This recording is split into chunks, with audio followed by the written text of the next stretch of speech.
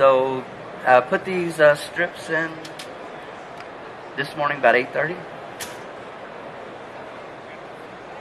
And burgers. And took them to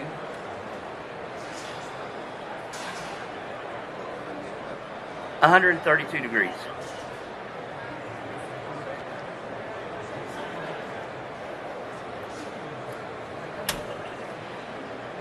And they've been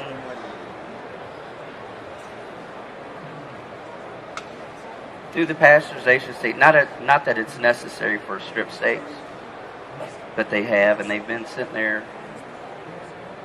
Now close to 6 hours.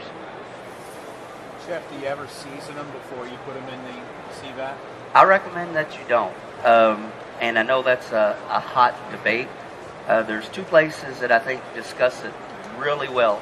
If you go to Cooking Issues blog from the French Culinary Institute, Dave Arnold, or if you go to Ideas in Food, those guys, Alex and Aki, they've covered it pretty well as anybody have the modernist cuisine. If you have the modernist cuisine, they cover that pretty well.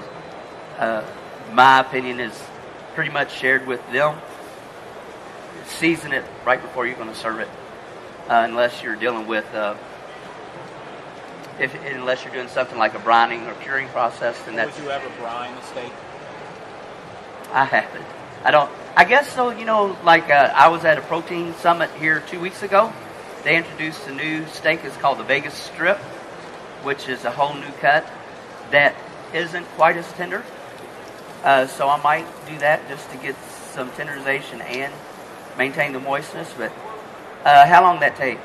1 minute. 1 minute? 1 minute, 4 seconds. Now we could get 4 marks on it, I guess, if we wanted. I think I did earlier.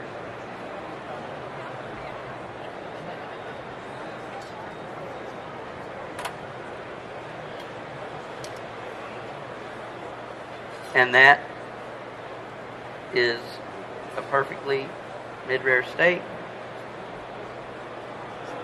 Still juicy. One of the things that people ask me about is I didn't rest the steak, right?